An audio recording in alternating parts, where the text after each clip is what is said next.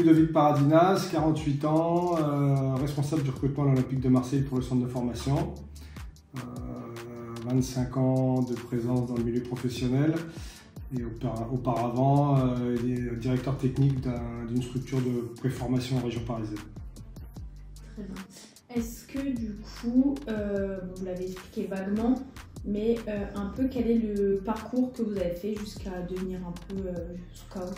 Ok. Donc moi j'ai eu une formation de joueur jusqu'à 18 ans. J'ai eu un grave accident qui m'a empêché de franchir le palier pour devenir professionnel. Et très vite je me suis orienté sur l'entraînement des jeunes. Donc j'ai passé mon brevet d'état, je crois que je devais avoir 18 ou 19 ans. Et je suis rentré dans la structure qui m'avait formé en région parisienne. Donc je suis devenu entraîneur, directeur sportif. J'ai entraîné les jeunes de Benjamin jusqu'aux cadets nationaux. Et très vite, j'ai eu une opportunité d'intégrer l'AS Saint-Etienne via son président Damien Comolli. Et donc j'étais en charge pour Saint-Etienne de recruter sur la région parisienne. J'ai travaillé avec eux pendant presque 18 ans. J'étais en charge de la région parisienne, des dom-tom, du Benelux, un petit peu de l'Afrique. On a fait pendant 18 ans un super chemin ensemble avec des joueurs comme William Saliba, Alain Saint-Maximin, Lucas Gourna et beaucoup d'autres qui ont explosé sur la scène internationale. Ensuite, j'ai rejoint un cabinet d'agents à Monaco.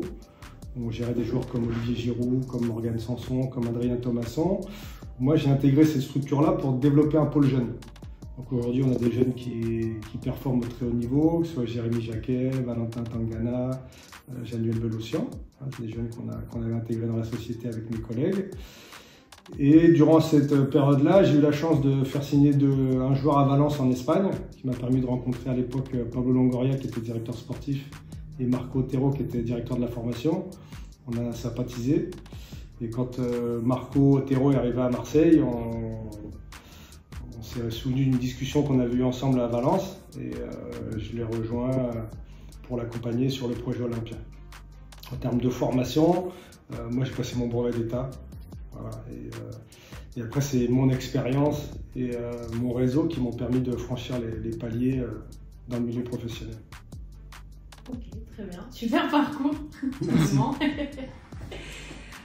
Est-ce que là, du coup, vous pouvez nous dire à peu près, en tant que recruteur du coup de la formation, quelle est votre journée type, s'il y en a une?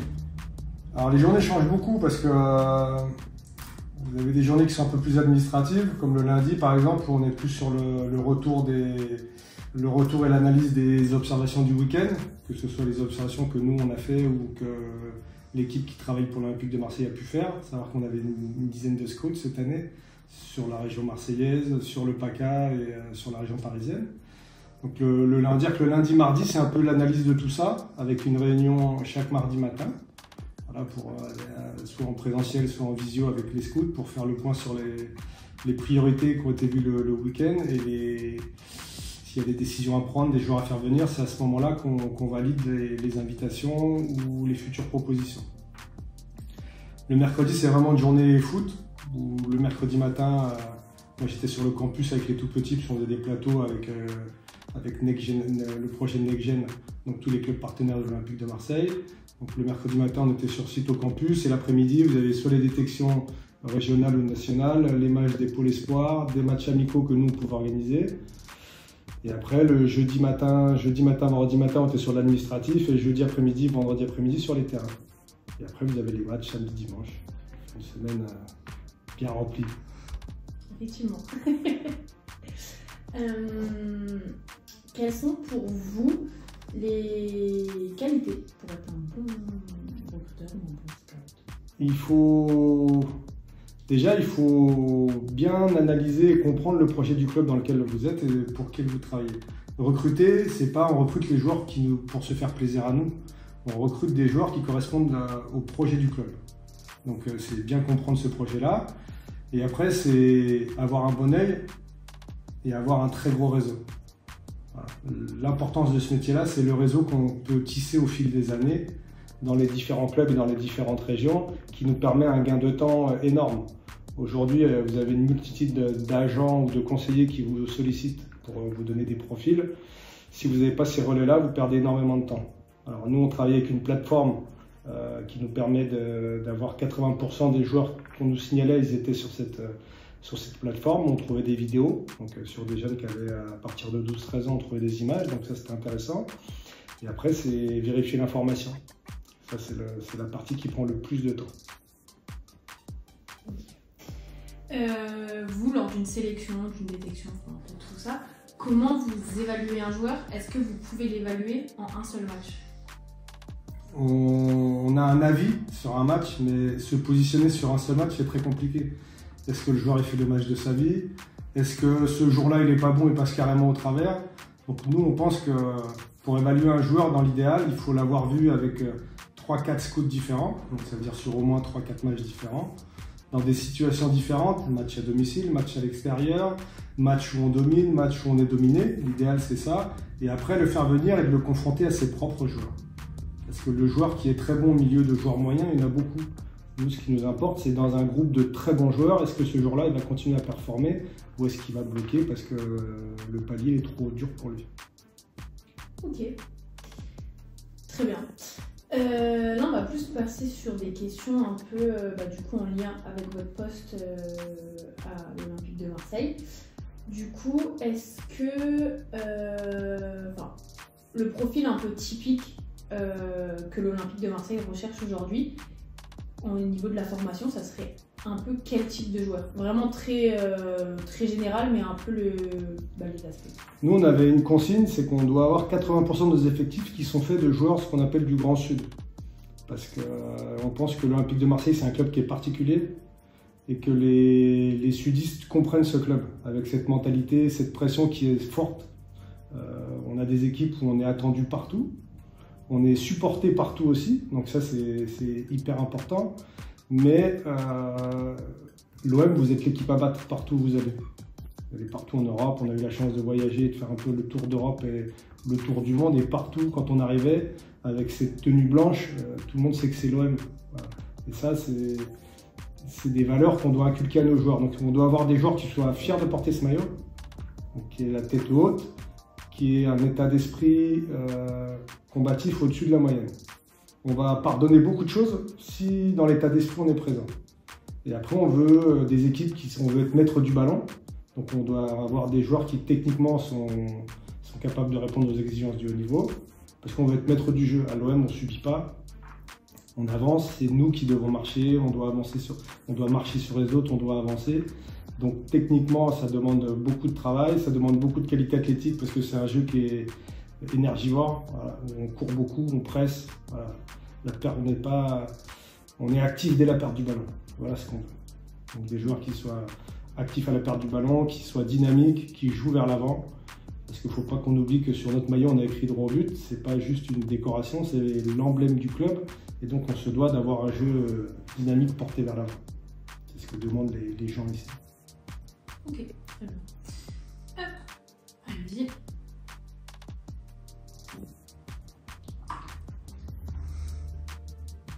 On est bon? Oui. Allez, super. Du coup, de ce que vous avez dit un peu avant, vous avez parlé un peu de la pression à l'OM. Comment vous la qualifieriez en tant que votre poste, en tant que scout, mais aussi pour un joueur? Moi, je pars du principe que quand on vient dans ce genre de club, on sait à quoi s'attendre. On sait qu'il y a une pression populaire qui est énorme, mais on doit, nous, adultes, sortir de ça on doit prendre un peu de recul dans notre évaluation. Voilà. On ne doit pas se laisser manger par nos émotions. On doit prendre un petit peu de recul, se rappeler que, un, ce ne sont que des enfants, et deux, ce n'est que du foot. Voilà. Donc à partir de là, à nous d'être intelligents, de prendre un peu de recul et de trouver le juste équilibre, voilà, avec toutes ces émotions. Parce qu'on peut vite, on ne peut pas dire qu'on peut vite vriller, mais on peut vite, si on se laisse déborder, on peut partir sur des choses, sur des travers. Et ça, c'est pas bon. On doit être dominant, on doit être fort, on doit être présent, on doit être fier, mais c'est dans le respect du jeu, dans le respect de la règle toujours.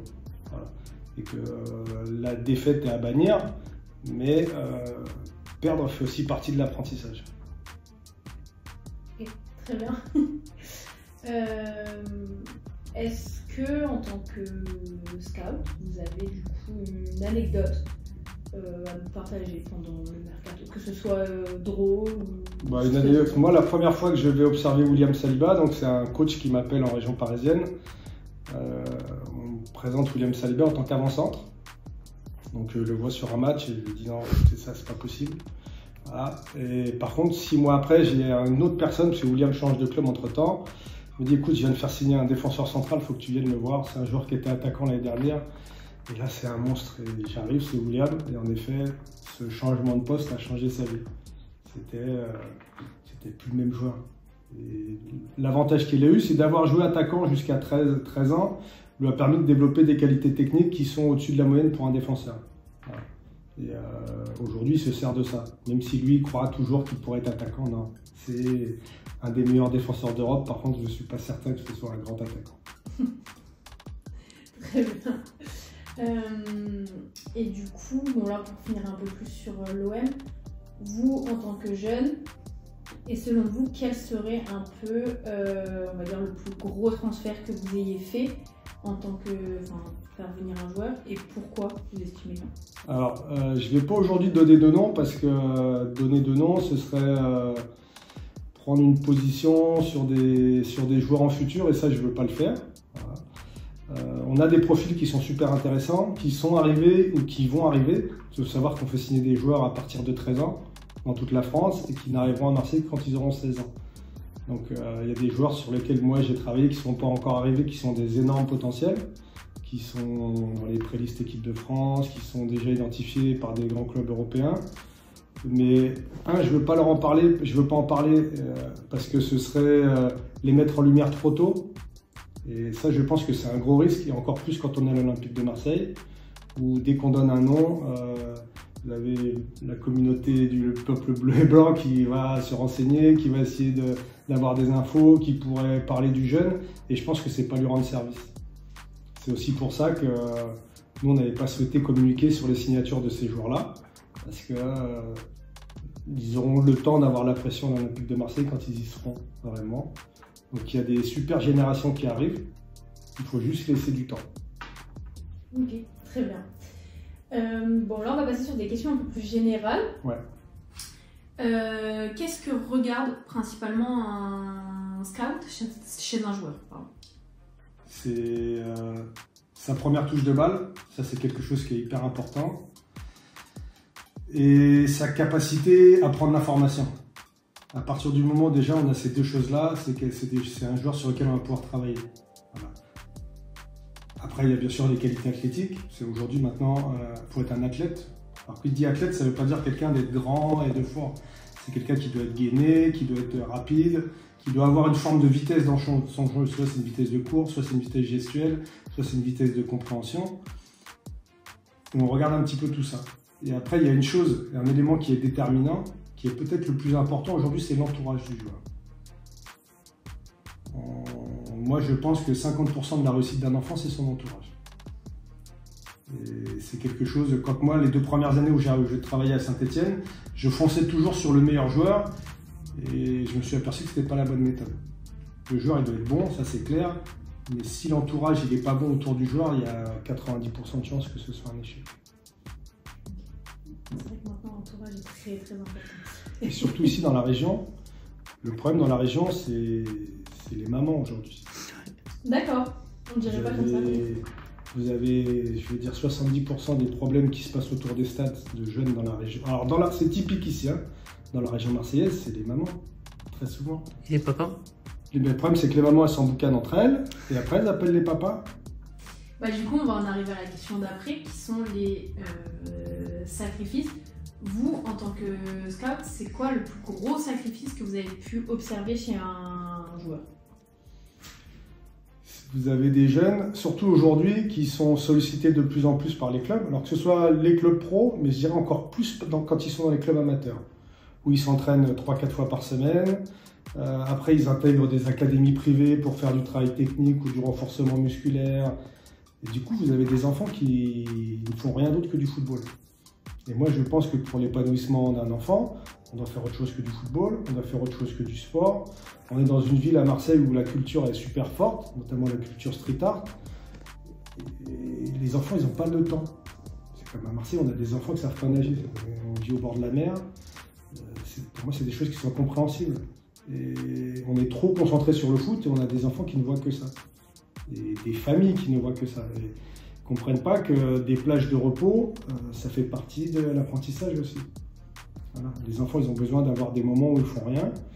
Ils ont besoin d'avoir des enfants où ils font autre chose que du sport et notamment autre chose que du foot. Avoir un équilibre. Oui. Si on veut que là-haut, les enfants ils soient ouverts et réceptifs, il faut qu'ils soient ouverts sur plein de choses. En plus, on a vraiment une ville qui est magnifique à découvrir. Le graffiti, le rap, etc. Des choses qui leur parlent. Il faut axer et orienter les enfants un maximum sur ça, qui se déconnectent de leur téléphone et du football un petit peu.